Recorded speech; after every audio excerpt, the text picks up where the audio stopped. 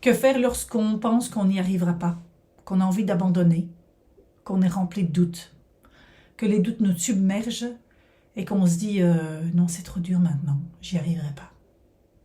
Je vais vous aider. Bonjour, je m'appelle Karine Deville, je suis experte en puzzle d'équipe, c'est-à-dire que j'accompagne des chefs d'entreprise à se bâtir une équipe autonome, une équipe qui va savoir travailler ensemble, que le patron soit là ou pas, pour pouvoir gagner en sérénité, pour pouvoir être focus sur votre zone de génie et de pouvoir vous libérer de votre équipe.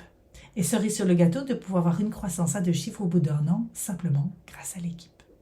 Alors, les chefs d'entreprise qui doutent d'eux-mêmes, qui doutent de la pérennité de leur entreprise, de pouvoir être capable de surmonter tout ce qu'il y a et de pouvoir avoir cette entreprise pérenne, il en existe énormément. Je passe par ces doutes, mes collègues passent par ces doutes, le mastermind dans lequel je suis, on passe par ces doutes-là. Le tout, c'est de savoir le traverser en prenant ça sous le bras. Et donc, je vais vous expliquer comment vous allez pouvoir faire pour pouvoir traverser ces zones de doute et de ne pas abandonner. Parce que je sais que vous n'avez pas envie d'abandonner. Et d'un autre côté, vous êtes en train de vous épuiser à faire en sorte de résister et d'y aller. Par contre, il y a une voie qui va être beaucoup plus bénéfique. C'est dur, mais c'est bénéfique. Et donc, la voie que je vais vous dire, c'est de travailler vos peurs. Donc, travailler la peur, c'est parce que le doute, penser à abandonner, penser qu'on n'y arrivera pas, ce sont des peurs que l'on a. La peur, elle est située au niveau de notre cerveau reptilien. C'est parce que quand on était à l'époque de Néandertal, on était là pour survivre. Donc nos jours étaient finalement comptés parce qu'on avait des tas de prédateurs autour de nous. Et que nous avons gardé cet état de survie quand on est par la peur, quand on est focus finalement sur la peur. Et donc, mais la chose, c'est qu'à l'heure actuelle, les chances de mourir des doutes que vous avez, des peurs que vous avez, sont assez faibles. Et que il va falloir travailler ça pour que vous puissiez passer au-delà de ça. Et donc, comment est-ce qu'on fait? On va aller vers cette peur que vous avez, qui est finalement de mourir, de la peur que vous avez. Et donc, le but, ça va être de travailler avec vous le scénario apocalyptique qui va vous amener immanquablement vers la mort. Et donc de voir, ça va être quoi tous ces événements qui vont s'enchaîner les uns au fur et à mesure des autres, qui font que vous allez tomber dans un abîme et vous n'allez jamais savoir vous en sortir. À quoi sert de faire cet exercice? Cet exercice va nous aider à voir ce qui se cache derrière.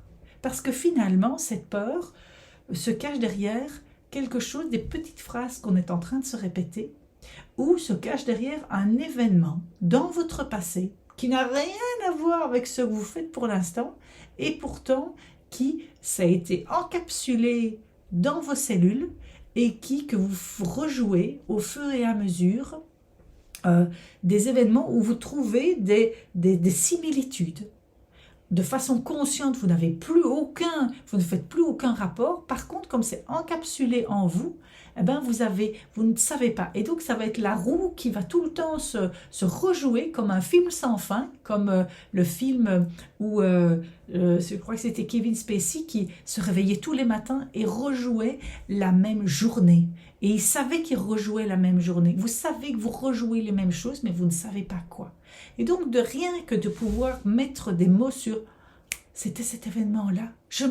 Maintenant, il y a un truc qui me vient. Ça ne me vient pas toujours, mais il y a un truc qui me revient comme ça. Et donc, ça va être de voir déjà ça et de voir qu'est-ce qui se cache derrière. Qu'est-ce que je me suis construit comme croyance qui, à l'époque, m'a aidé à surmonter ça et qui, maintenant, m'enquiquine un maximum et que j'ai besoin de balayer et que mon cerveau essaye de le faire, mes actions essayent de le faire. Par contre, je dois ramener de l'inconscient vers le conscient pour pouvoir y arriver. Et ça, c'est ce qui va vous faire passer, je dois vous faire travailler le doute. Vous saurez que cette chose va pouvoir revenir au fur et à mesure parce que j'ai une bonne nouvelle et une mauvaise nouvelle par rapport à ça. La bonne nouvelle, c'est que comme vous allez monter à la conscience, vous allez pouvoir travailler dessus et le prendre sous le bras parce que vous dites, ok, c'est cet événement-là, mais je sais maintenant que je peux prendre un autre chemin.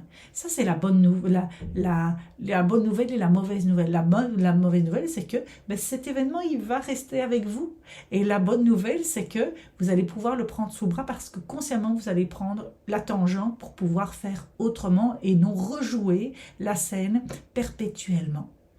Donc voilà comment on traverse ces zones de doute et c'est d'autres événements peut-être qui vont venir au fur et à mesure. Et donc nous, en tant que chef d'entreprise, en tant qu'entrepreneur, il va être nécessaire de pouvoir enlever ces pelures d'oignon au fur et à mesure parce que à un moment donné ce sera ça, à un moment donné ce sera autre chose et quand vous allez apprendre à pouvoir travailler vos peurs, je n'ai jamais dit surmonter, je n'ai jamais dit les balayer, etc. Mais les travailler, vous saurez vivre avec beaucoup plus de sérénité au fur et à mesure. Et la sérénité amène également beaucoup plus d'énergie au sein de votre entreprise et que ça va être pérenne pour vous. Voilà ce que je voulais vous apporter aujourd'hui. J'espère en tous les cas que vous allez pouvoir trouver une clé à un moment donné et de pouvoir faire cet exercice-là également pour vous, pour pouvoir travailler vos peurs et pouvoir aller de l'avant et décoincer ce qui est invisible à l'œil nu.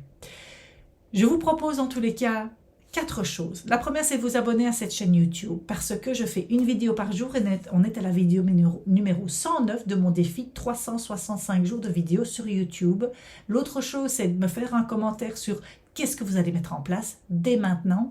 La troisième chose, c'est de pouvoir faire le test Mon style de management parce que en connaissant la manière dont, en mettant des mots sur la manière dont vous gérez votre équipe, vous saurez mieux agir parce que vous aurez les clés de vos forces et de ce que vous devez travailler. Et la dernière chose, si vous pensez que cette vidéo serait utile pour quelqu'un que vous appréciez, envoyez-lui. On ne peut pas aider tout le monde, on peut aider une personne à la fois. Je vous souhaite une belle journée. À bientôt. Au revoir.